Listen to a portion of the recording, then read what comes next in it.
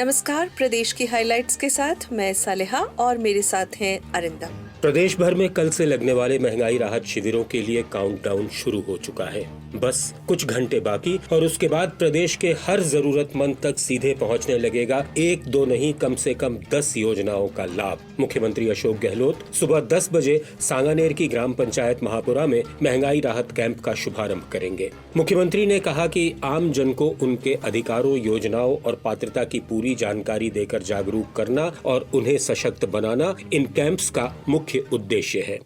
मेरे प्यारे प्रदेशवासियों, सरकार ने पाया कि अक्सर और जिनको सबसे ज्यादा जरूरत होती है उनको मालूम ही नहीं है कि उनके लिए योजना सरकार ने बनाई है। उनके नाम पर इस योजना का पैसा सरकार के पास पड़ा हुआ है और कई बार जिन लोगों को सरकारी योजनाओं की जरूरत नहीं भी होती है उनको भी लाभ मिल रहा होता है। मुझे लोगों से ये भी बताना है कि अक्सर योजनाओं को जनता तक पहुंचने में बहुत लंबा समय लग जाता है। इन वजहों से सरकार का पैसा या तो जाया होता है या उन लोगों तक पहुंच नहीं पाता जिनको इसकी सबसे ज्यादा जरूरत होती है। इस समस्या का समाधान निकालने के लिए मैंने एक नई पहल की। बचत राहत बजट वाले बजट की 10 नई योजनाओं के लाभ उन लोगों को मिलेंगे जो इसके असली हकदार हैं।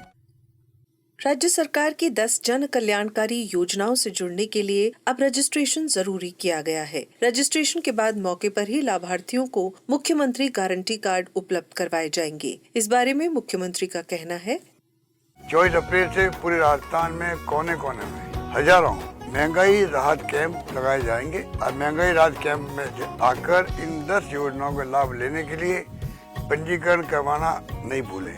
ये कैंप तब तक चलेंगे जब तक हर किसी का पंजीकरण ना हो, हर योग्य व्यक्ति तक उनका लाभ ना पहुंच जाए। इधर जयपुर में मुख्य सचिव उषा शर्मा ने मॉनिटरिंग और बैठकें कर प्रदेश भर में तैयारियों को अंतिम रूप दिया। दूसरी तरफ महंगाई राहत कैंपों के लिए प्रशासन मुस्तैद है। सभी जिलों में इसके लिए व्यापक तैयारियां की जा रही हैं। जिला कलेक्टरों ने तैयारियों का जायजा लिया और इस बाबत श्रीगंगानगर, बीकानेर, सिरोही, धौलपुर, जोधपुर, दौसा और बारां सहित सभी जिलों में प्रेस वार्ताएं भी की गईं। करौली जिला कलेक्टर अंकित सिंह ने कहा, हम लोग प्रत्येक ग्राम पंचायत, प्रत्येक वार्ड के अंदर और इसी के साथ साथ 40 हमारे स्थायी महंगाई राहत कैंप्स का आयोजन कल 24 तारीख से शुरू कर रहे हैं। ये 24 अप्रैल से लेके 30 जून तक कंटिन्यूस चलते रहेंगे और हमारा प्रयास यही है कि राज्य सरकार की जैसी मंशा है कि जो 10 स्कीम्स इसके अंदर कवर करी गई हैं उनको जो लाभार्थी हैं उनको मैक्सिमम संख्या में हम लोग उनको लेकर आएँ, उनको उन योजनाओं का लाभ दिलाएं और उसके बाद उनको जो रजिस्ट्रेशन सर्टिफिकेट मिलना है जिसपे सीएम साहब के द्वारा स्वयं साइन किया गया है वो हम उन तक पहुंचाएं और उनको ये आश्वस्त करें कि जो स्कीम से इनका लाभ उनको निर्धारित समय में मिल रहा है। उधर डूंगरपुर जिला कलेक्टर लक्ष्मी नारायण मंत्री ने प्रेस वार्ता में कहा, करते हैं कि लोगों को अधिक से अधिक इन कैंपों में फायदा मिल सके, इसके लिए वो दस्तावेज अपने साथ लेकर के आए। भीड़ बहुत ज़्यादा यदि कहीं हो रही हो तो पेशेंस रखें। हम लोग पर्याप्त छाया पानी की व्यवस्था कर रहे हैं। वहाँ पर सारी सुविधाएं, जितनी संभव सुविधाएं हैं वो सारी सुविधाएं वहाँ पे कर रहे हैं। पब्लिक एड्रेस सिस्टम रख रहे हैं। प्रतापगढ़ में विधायक रामलाल मीणा ने बैठक कर व्यवस्थाओं के लिए जरूरी दिशा निर्देश दिए। झुंझुनू में आज इन कैंपों के लिए जनप्रतिनिधियों की कार्यशाला हुई। कैंप का समय सुबह 10 बजे से 6 बजे तक रखा गया है। आपके नजदीक लगने वाले कैंप का स्थान और पूरी जानकारी वेबसाइट महंगाई राहत कैंप.rajasthan.gov.in पर भी उपलब्ध है। आम लोगों को फायदा पहुंचाने के उद्देश्य से आयोजित होने वाले इन शिविरों के सफल क्रियान्वयन को लेकर सभी कलेक्टर अपनी निगरानी में जिले में 2000 स्थायी कैंप लगाएंगे। ये शिविर राजकीय अस्पताल, गैस एजेंसी, बस स्टैंड, प्रमुख बाजार, शॉपिंग मॉल्स, हवाई अड्डे, रेलवे स्टेशन, जिला कलेक्टर कार्यालय, पंचायत समिति और नगर पालिका तथा अन्य राजकीय कार्यालयों और सार्वजनिक स्थानों पर लगाए जाएंगे। हर शिविर में 2 काउंटर होंगे। इनमें पहले पर लाभार्थी का रजिस्ट्रेशन और दूसरे पर महंगाई राहत कैंप में शामिल योजनाओं का लाभ वितरण के लिए होगा। जिनका रजिस्ट्रेशन होगा उन्हें इसकी सूचना मोबाइल पर SMS के जरिए दी जाएगी। जन सम्मान जय राजस्थान, हो जन सम्मान जय राजस्थान। खेती और किसानी की तरक्की के लिए मुख्यमंत्री ने विभिन्न योजनाओं में 592 करोड़ रुपए मंजूर किए हैं।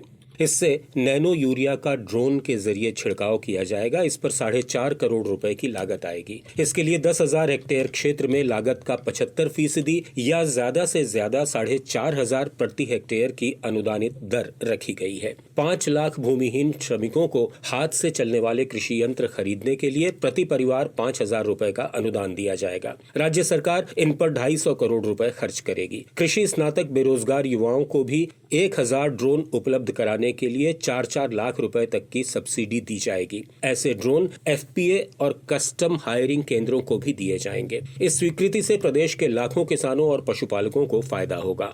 राज्य सरकार प्रदेश के 1 लाख किसानों को 4 करोड़ मीटर तारबंदी के लिए अनुदान देगी। इस पर 444 करोड़ रुपए खर्च किए जाएंगे। मुख्यमंत्री ने आवारा पशुओं से फसलों को बचाने के लिए तारबंदी के प्रस्ताव को मंजूरी दी है। राज्य सरकार ने दलहन तिलहन खरीद के लिए कृषक पंजीयन सीमा 10% बढ़ा दी है। प्रदेश के 21 जिलों में चने के लिए 23,900 से ज्यादा किसानों को अतिरिक्त फायदा मिलेगा। 9 जिलों में सरसों के लिए 54,700 से ज्यादा किसान लाभान्वित होंगे। किसान 24 अप्रैल तक इसका फायदा ले सकते हैं। जयपुर में आज से द ग्रेट इंडियन ट्रैवल बाजार GITB की शुरुआत हुई। पर्यटन विभाग का ये आयोजन 25 अप्रैल तक चलेगा। इसमें 56 देशों के 280 टूर ऑपरेटर्स और 8 राज्यों के पर्यटन बोर्ड के प्रतिनिधि शामिल हो रहे हैं। पर्यटन मंत्री विश्वेंद्र सिंह ने इसके उद्घाटन समारोह में कहा, We have made new film tourism policy which you must study. The most unique thing that we've done is that we have created rural tourism policy. If you read it, it's just something which a lot of states want to copy. It will bring a lot of employment, you will get to see different places, and you will get to see this folklore, the rural side of Rajasthan, new places, whether it's wildlife, whether it's cultural sites, heritage sites, or any other religious sites. That will be very, very interesting for you to see.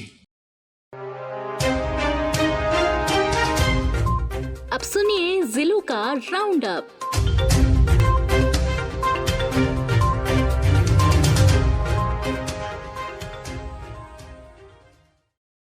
शिक्षा मंत्री doctor B.D. कल्ला ने बीकानेर में राजकीय महारानी Sudarshan girls college में छात्र संघ कार्यालय का उद्घाटन किया। इस मौके पर उन्होंने कहा कि बीकानेर को एजुकेशन हब बनाने के लिए लगातार काम हो रहा है। यहाँ 5 यूनिवर्सिटी और राष्ट्रीय स्तर के रिसर्च सेंटर संचालित हो रहे हैं। ऊर्जा मंत्री भंवर सिंह भाटी ने इस मौके पर कहा कि आगे बढ़ने के लिए शिक्षा जरूरी है। शिक्षित व्यक्ति ही हर क्षेत्र में सक्रिय भागीदारी निभा सकता है। वहीं ऊर्जा मंत्री भंवर सिंह भाटी ने कल बीकानेर के मियाकौर से खारियावास तक 6.5 किलोमीटर लंबी सड़क का भी उद्घाटन किया। इस पर करीब 2 करोड़ रुपए की लागत आई है। इस मौके पर ऊर्जा मंत्री ने मियाकौर के स्कूल में फर्नीचर के लिए विधायक कोष से 5 लाख रुपए देने की भी घोषणा की। बाड़मेर में 180 दिव्यांगों को आज निःशुल्क स्कूटी वितरित की गई। वन मंत्री हेमाराम चौधरी ने इस मौके पर कहा कि मुख्यमंत्री दिव्यांगजन स्कूटी वितरण योजना का लाभ बाड़मेर जिले के दिव्यांगों को सबसे ज्यादा मिला है। जोधपुर जिले के सरकारी स्कूलों में अब बच्चे स्मार्ट टीवी से पढ़ाई कर सकेंगे। राजस्थान स्कूल शिक्षा परिषद और संपर्क स्मार्ट कार्यशाला कार्यक्रम के बीच इसके लिए 5 साल का MOU किया गया है। इससे बच्चों को डिजिटल माध्यम से पढ़ाया जाएगा। योजना के पहले चरण में जोधपुर शहर और मंदौर के 250 स्कूलों को चुना गया है। यहाँ संपर्क टीवी डिवाइस लगेंगे, जिनमें 7,000 से ज्यादा कंटेंट उपलब्ध है।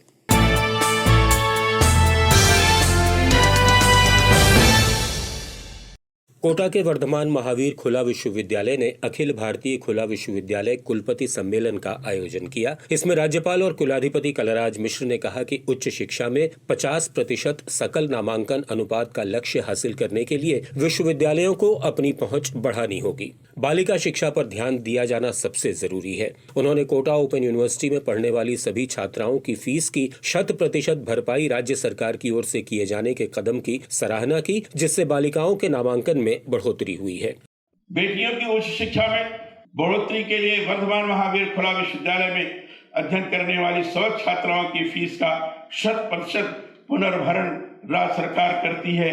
इससे बालिकाओं के नामांकन में काफी वृद्धि हुई है। अन्य राज्यों को भी इसका अनुसरण करना चाहिए। ये राजस्थान की विशेषता है। इसके लिए मैं राजस्थान सरकार को बधाई भी देता हूँ।